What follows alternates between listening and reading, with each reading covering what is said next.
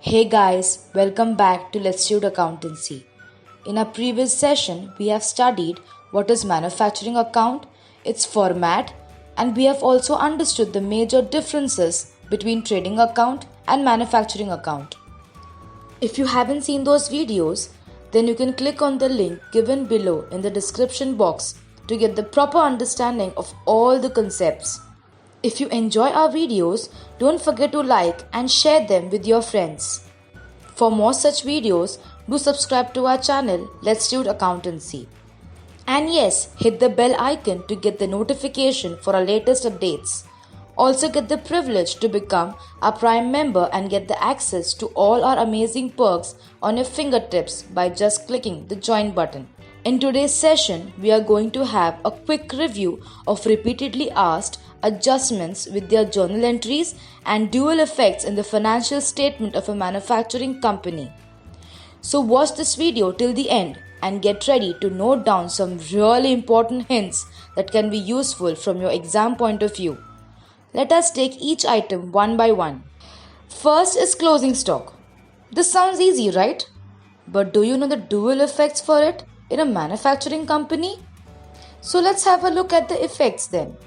The journal entry of closing stock is closing stock account debit to trading account or manufacturing account.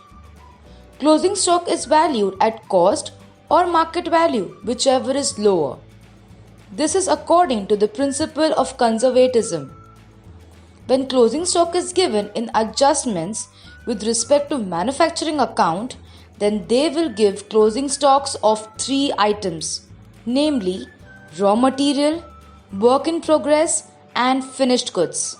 As we have already seen in our previous session, in case of closing stock of raw material, the first effect will be less closing stock of raw materials from opening stock of raw material on debit side of manufacturing account under the head raw material consumed, and the second effect will go to asset side of balance sheet. But for closing stock of work in progress, the first effect will go to credit side of manufacturing account and second effect will again go to asset side of balance sheet. And finally, for closing stock of finished goods, the first effect will go to credit side of trading account and second effect will go to asset side of balance sheet.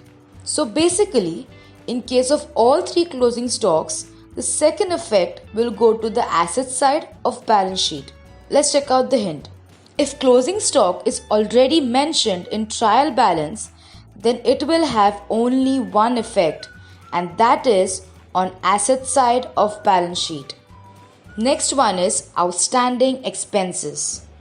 These are the expenses relating to the current year but not yet paid. The journal entry is expenses account debit to outstanding expenses account. If outstanding expenses given in adjustments are related to factory or manufacturing expense of a product, the first effect will be add to expenses in manufacturing account and second will be liability side of balance sheet since it is payable.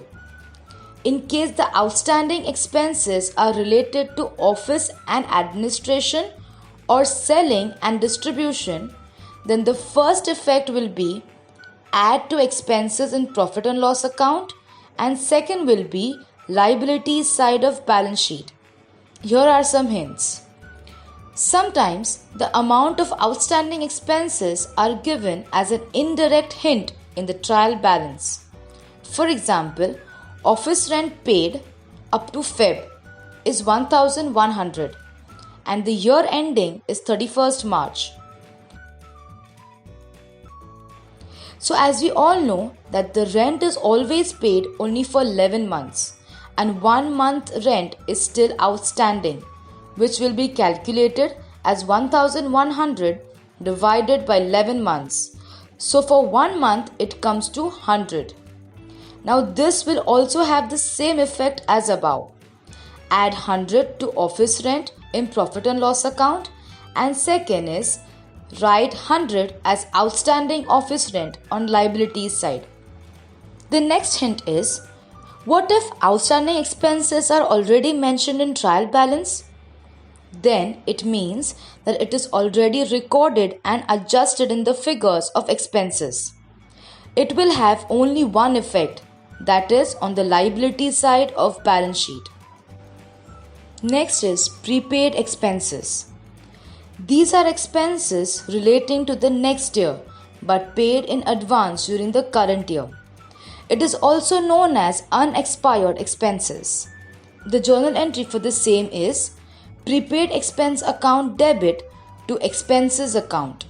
If prepaid expenses given in the adjustments are related to factory or manufacturing a product, then the first effect will be deduct from expenses in manufacturing account, and second will be asset side of balance sheet.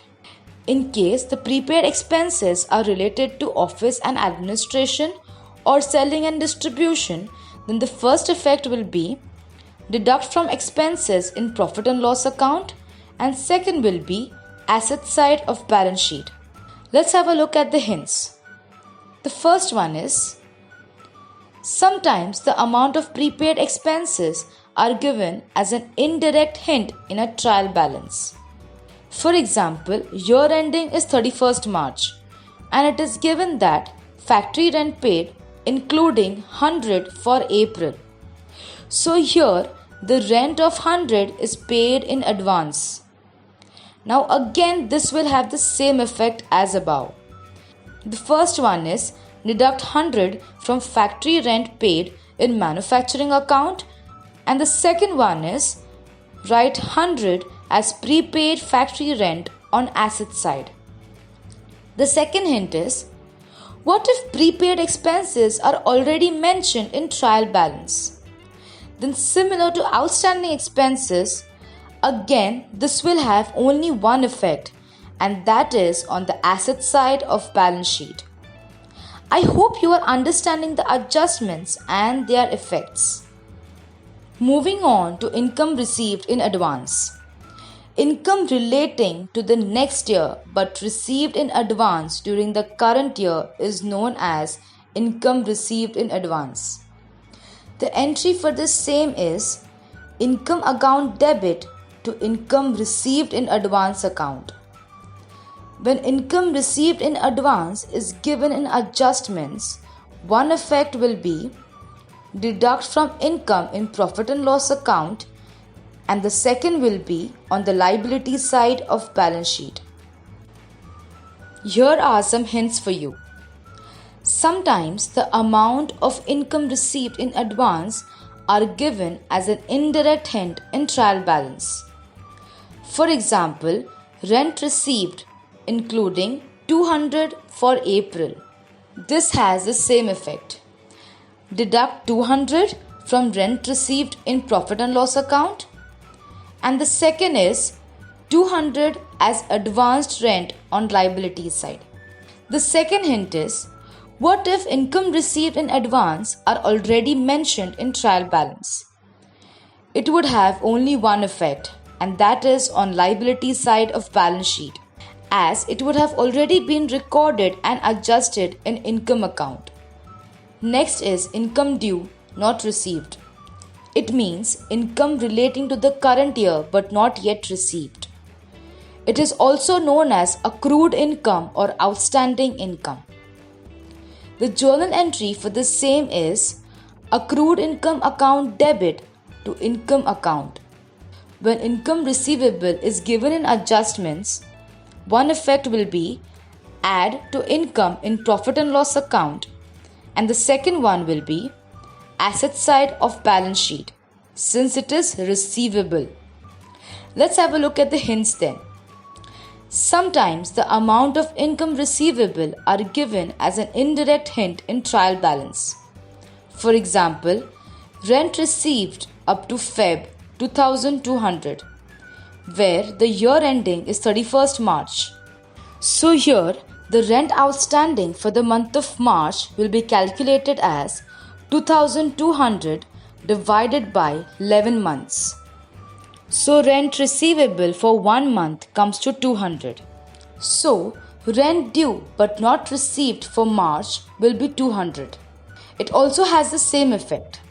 The first one is add 200 to rent received in profit and loss account, and the second is 200 as rent due on asset side. If income due not received are already mentioned in trial balance, then it will have only one effect, and that is on the asset side of balance sheet, as it represents the income receivable account. Moving ahead, we have bad debts. This adjustment we have done so many times. So let us quickly revise it. If the debtor does not repay the amount due from him, it is known as bad debts. As bad debts is a financial loss for the business, it must be recorded as bad debts account debit to debtors account. When bad debt is given in adjustments, the first effect will go to the debit side of profit and loss account, since it represents loss, and the second effect would go to deduct from debtors on asset side. Friends, do you remember bad debts recovery? What would be the journal entry for it? Did you say cash or bank account debit to debtors account? No, it's wrong. When a debt is written off as bad in the past, it may be recovered in the current year. Now this is known as bad debt recovery. This is a financial gain, and hence it must be recorded. The cash received is debited to cash account and credited to bad debt recovery account, which is transferred to the credit side of profit and loss account. The recovery is not credited to debtors account because it was already closed when debt was written off. We also have video on explaining the concept of bad debt recovery and commonly asked adjustments related to them. The link for the same is given in the description box. Now comes provision or reserves for doubtful debts. One of the most important adjustments from exam point of view. In fact, the below mentioned 3 adjustments are most repeatedly asked. Kindly make a note for all 3 of them, and let's recollect the effects for it. If a debtor is not likely to repay the debt, it is known as doubtful debt. Bad debt is definitely not recoverable, but a doubtful debt may or may not be recovered in future. So we need to create a provision for this expected loss. Guys, do you know the entry for this? Yes, the entry is profit and loss account debit to reserve for doubtful debts or RDD account. When RDD is given in adjustments, one effect is deduct from debtors on asset side of balance sheet, and the second effect is profit and loss account debit side, where we can add this provision for bad debts to bad debt amount. So in profit and loss account debit side, we can write the formula as to bad debts. This amount will be given in trial balance. Now to this we will add new bad debts. This amount you can take from the adjustments. Now to that again we will add new RDD. This too will be given in adjustments. And to all of this we need to less old RDD. Now this will give the final figure in profit and loss account. Now here there is a note. If the final figure is positive, show on debit side. If negative, show on credit side of P&L account as excess of old RDD over new RDD and bad debts. Next is provision or reserves for discount on debtors. Cash discounts are likely to be given in future is an expected loss for which provisions are made on debtors who are likely to pay the cash in future. The entry for this is similar to that of RDD, that is profit and loss account debit to provision for discount to debtors or PFDD account. When cash discounts is actually allowed in future, it is adjusted out of such provisions.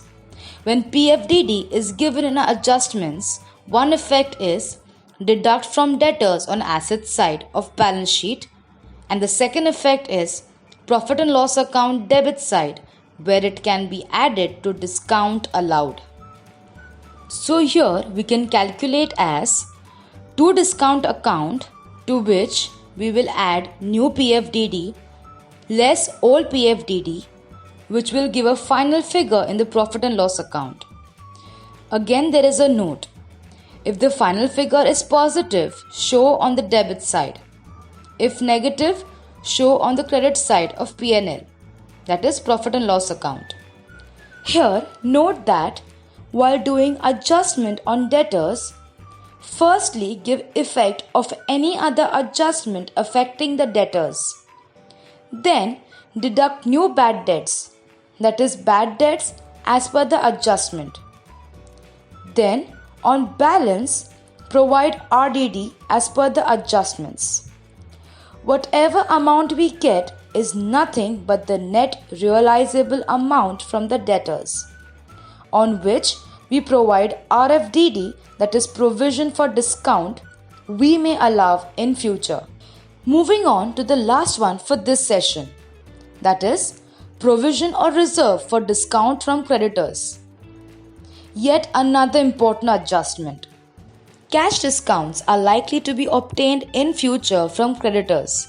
This is an expected gain, and the business also creates provision for future expected income of discounts received, which is provision for discounts from creditors. The journal entry is RFDC account debit to profit and loss account. When cash discounts is actually obtained in future, it is adjusted against such provisions. When RFDC is given in adjustments, the first effect will be deduct from creditors on liability side of balance sheet, and the next one will be profit and loss account credit side, as it is provision for income where it can be added to discounts received and can be calculated by discounts received. Add new RFDC less old RFDC, which will give final figure in profit and loss account. Note, if final figure is positive, show on the credit side. If negative, show on the debit side of P&L account. Also note that RFDC is a provision for discount which we may receive from the creditors, for which firstly give effect of all the adjustments related to creditors, and then on the final balance apply RFDC rate to find the provision amount.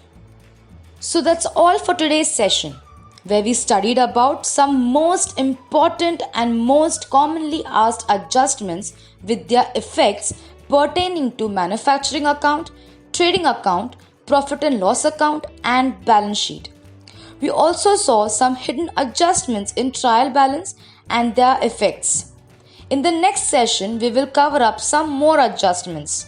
So stay tuned with us. We hope you liked this session and it helped strengthen your basics so that you don't make any mistakes related to them. If you still have any doubts, feel free to ask us in the comments section. We are always there to help you. We also provide various online courses on our website www.letstute.com at super affordable prices.